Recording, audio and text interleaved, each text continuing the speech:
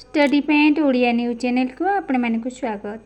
आज आम चतुर्थ श्रेणी नकली हीरा चित्र कथाटी को पठन करवा सहित आम यार प्रश्न उत्तर कार्य आलोचना करवा। तो पिला माने जदि वीडियोटी को लाइक शेयर और सब्सक्राइब करना ताले करनी कारण यहपरी नुआ नुआ वीडियो तुम्हें मैंने सर्वप्रथमे देखा पाइपर। ताले आस विषयटी को आलोचना करवा। पुराणा दिनर कथा कोरापुटर जयपुर राज्य रे जड़े राजा थिले। से जड़े बुद्धिमान शासक थिले। कालक्रमे से बुढ़ा हो गले। निज पुओ को राजपदरे बसाइबा पई इच्छा कले। तांको पुत्र को राज्य शासन रे सहायता करिया पई जड़े ज्ञानी तथा बुद्धिमान परामर्शदाता खोजिबाकू मनस्थ कले। कारण राजा चाहुतिले तांको परे तांकर एकमात्र पुओ जड़े लोकप्रिय राजा भावरे ख्याति अर्जन करू। राजदरबार रे मंत्री और परिषद वर्ग उपस्थित रही था। राजा समस्त को संबोधन कर पचारे मु तुम मानू एक प्रश्न पचार चाहे। दयाकोरी यार स्पष्ट तथा ठीक उत्तर दियंतु। आपण माने कहतु मु जड़े ज्ञानी सचोट राजा कि? पारिषद वर्ग कहले निसंदेह रे महाराज आपणक परी सचोट और बुद्धिमान राजा आउ केही नाहांती। राजा कहिले आपण मानकर उत्तर निमंते आपणकू अनेक अनेक धन्यवाद। राजा परिषद मानकर उत्तर शुणी आनंदरे उपहार स्वरूप समस्त को गोटे गोटे हीरा मोहर प्रदान कले। एही समय रे राजा देखिले सबु पारिषद हीरा मोहर नहीं खुशी रे चलीगले। मात्र जड़े युवक चुपचाप गोटे पाखरे ठिया होई रहितिला। राजा पचारिले तुमे काहींकी चुपचाप ठिया होइछ? तुमर उत्तर कौन ताहा कहिलो नहीं? युवक जनक कहले महाराज समस्ते आपणकू संतुष्ट करने उत्तर देई थाई पारंती। मात्र मोर उत्तर अलगा सेमानक परी नुहे। पुणी युवक कहले महाराज आपण बुद्धिमान ओ सचोट अटंती एथिरे संदेह नहीं। किंतु आपणक ठारू अधिक बुद्धिमान और सचोट राजा मध्य अछंती। सेमाने मध्य आपणकठू श्रेष्ठ राजा। राजा कहले तुमर उत्तर अलगा हेले भी मु शुणिबी। तुमे आनंदरे प्रकाश कर। तुम हीरा निय। परदिन राजा दरबार रे बसितांती। पारिषद माने आसी कहिले महाराज आमे आपणक हीरा को नहीं जड़े हीरा दोकानी की देखाइबारु से जांच करी कहिला कि ए सब हीरा नकली अटे। आपण आम सहित एपरी काहींकी कले? समस्ते जानी रख मो अंते मो पुअर मुख्य परामर्शदाता भावे यही युवक नियुक्त हेबे। क्षमा करंतु महाराज आमर बड़ भूल हो गला। भविष्यत रे एपरी भूल केबे करिबो नहीं। राजा कहले मते खुशी करने को तुम्हें माने भूल उत्तर देल। सत्य ठारू दूरे गल। तुमको तुम पदवी बरखास्त कर। बरखास्त कहले कौन? बहिष्कार कर बाहर कर। पुणी राजा कहले कर्म ही भगवान। सत्य अहिंसा सचोटपणिया मनीषर परम धर्म। सत्कर्मर फल सर्वदा मिठा होता है। आज्ञा मणिमा एक युवक कहले। राजा कहले मन रख कर्म ही भगवान। सत्कर्म सच्चिंता मानव उन्नतिर मूल आधार। सचोटपणिया होची मानविकता। तोषामत करवा अनुचित। तुम मानकर प्रत्येक कार्य प्रजा मानकर हित पई हेबा उचित। तोषामद अर्थ खुशी पई मिछ कहिबा। तेबे चलो पिला माने प्रश्न उत्तर कार्य करवा। आस कथा हेबा। 1 नंबर राजा जणे केउ भली शासक थिले? उत्तर राजा जणे बुद्धिमान शासक थिले। 2 नंबर राजा काहाकू तांको पुअर परामर्शदाता भाବରେ बाछिले? उत्तर राजांको प्रश्नर उपयुक्त उत्तर देइथिबा युवकଙ୍କୁ राजा तांको पुअर परामर्शदाता भाବରେ बाछिले। 3 नंबर राजा केउमानकू प्रश्न पचारिले? उत्तर राजा तांकर राजदरबार रे उपस्थित थिबा मंत्री और पारिषद वर्गଙ୍କୁ प्रश्न पचारिले।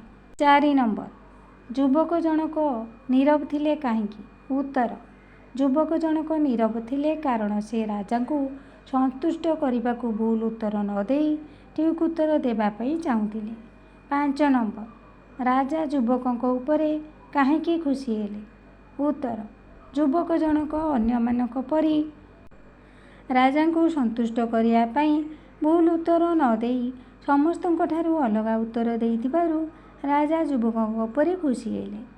6 ନମ୍ବର, ପାରିଷଦମାନଙ୍କୁ ମହାରାଜା ଶେଷରେ କ'ଣ କହିଲେ? ଉତ୍ତର, ପାରିଷଦମାନଙ୍କୁ ମହାରାଜା ଶେଷରେ କହିଲେ ଯେ ମନେ ରଖ, କର୍ମ ହିଁ ଭଗବାନ। ସତ୍କର୍ମ, ସତ୍ଚିନ୍ତା ମାନବ ଉନ୍ନତିର ମୂଳ ଆଧାର। ସଚ୍ଚୋଟପଣିଆ ହେଉଛି ମାନବିକତା। ତୋଷାମତ କରିବା ଅନୁଚିତ। ତୁମମାନଙ୍କର ପ୍ରତ୍ୟେକ କାର୍ଯ୍ୟ ପ୍ରଜାମାନଙ୍କ ହିତ ପାଇଁ ହେବା ଉଚିତ। 7 ନମ୍ବର, ଯୁବକ ଜଣକୁ ରାଜା ଅସଲି ହୀରା କାହିଁକି ଦେଲେ?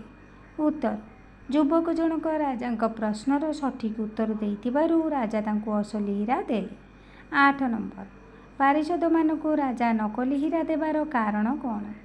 ଉତ୍ତର, ମନ୍ତ୍ରୀ ଏବଂ ପାରିଷଦମାନେ ରାଜାଙ୍କୁ ସନ୍ତୁଷ୍ଟ କରିବା ପାଇଁ ଭୁଲ ଉତ୍ତର ଦେଇଥିବାରୁ ରାଜା ସେମାନଙ୍କୁ ନକଲି ହୀରା ଦେଇଥିଲେ।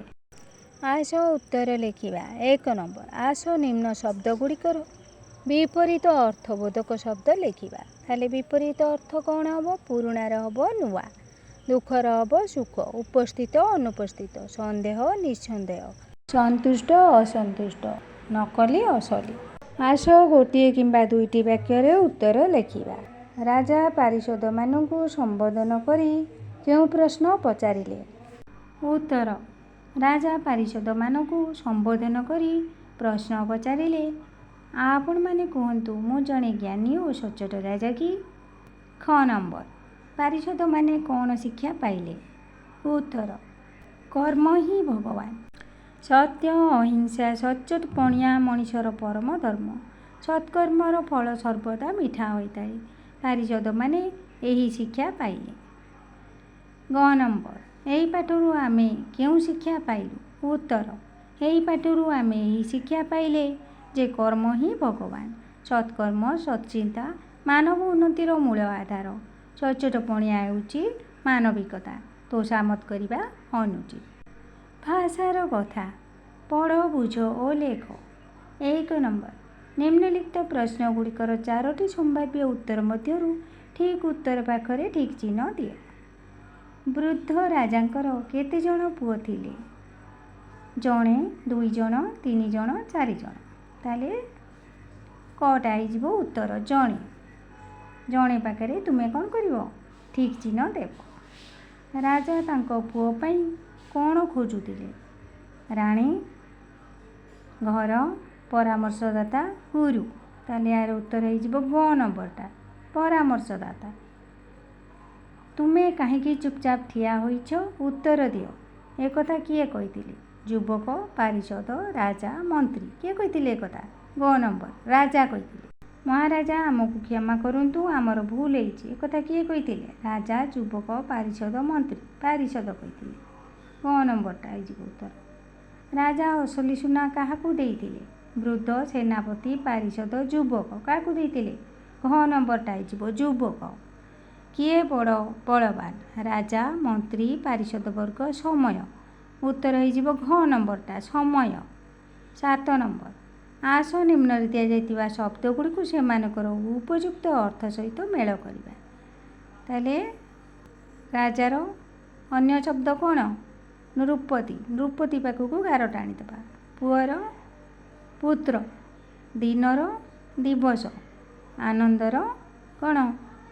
ଖୁସି। 6 ନମ୍ବର, ଆସ ଚିନ୍ତା କରିବା ଓ ଲେଖିବା। ପାଠରୁ 4ଟି ଚିତ୍ର ନିମ୍ନରେ ଦିଆଯାଇଛି। ଆସ ସେଗୁଡ଼ିକର ନାମ ଲେଖିବା। ତାହେଲେ ପିଲାମାନେ ଚିତ୍ର 4ଟି ଦେଖ। ଏଠି କିଏ ବସିଛନ୍ତି? ରାଜା। ଏଠି ଲେଖିବ କ'ଣ? ରାଜା। କୋଠରୀ ଭିତରେ ଲେଖିବ। ତାପରେ ଏପଟେ କିଏ ଠିଆ ହେଇଛନ୍ତି? ନା ପାରିଷଦ। ଏଠି ଲେଖିବ ପାରିଷଦ। ଏଠି କ'ଣ ଦେଖୁଛ ତଳେ? ସିଂହାସନ। ଏଠି ଲେଖିବ କୋଠରୀରେ ସିଂହାସନ। ଏପଟେ କିଏ ଠିଆ ହେଇଛନ୍ତି? ଯୁବକ। ଏଠି ତଳେ ଲେଖିବ କ'ଣ? ଯୁବକ। ମୁଁ ଯେମିତି ଲେଖିଛି। ତାପରେ ଦେଖ, ରାଜ ଦରବାରରେ କେଉଁମାନେ ଥାଆନ୍ତି ଲେଖ। ଲେଖିବ ରାଜ ଦରବାରରେ ରାଜା, ମନ୍ତ୍ରୀ ଏବଂ ପାରିଷଦମାନେ ଥାଆନ୍ତି। ତ ପିଲାମାନେ, ଆଶା କରୁଛି ତୁମେ ସମସ୍ତେ ବୁଝିପାରିଥିବ। ରହୁଛି, ଧନ୍ୟବାଦ।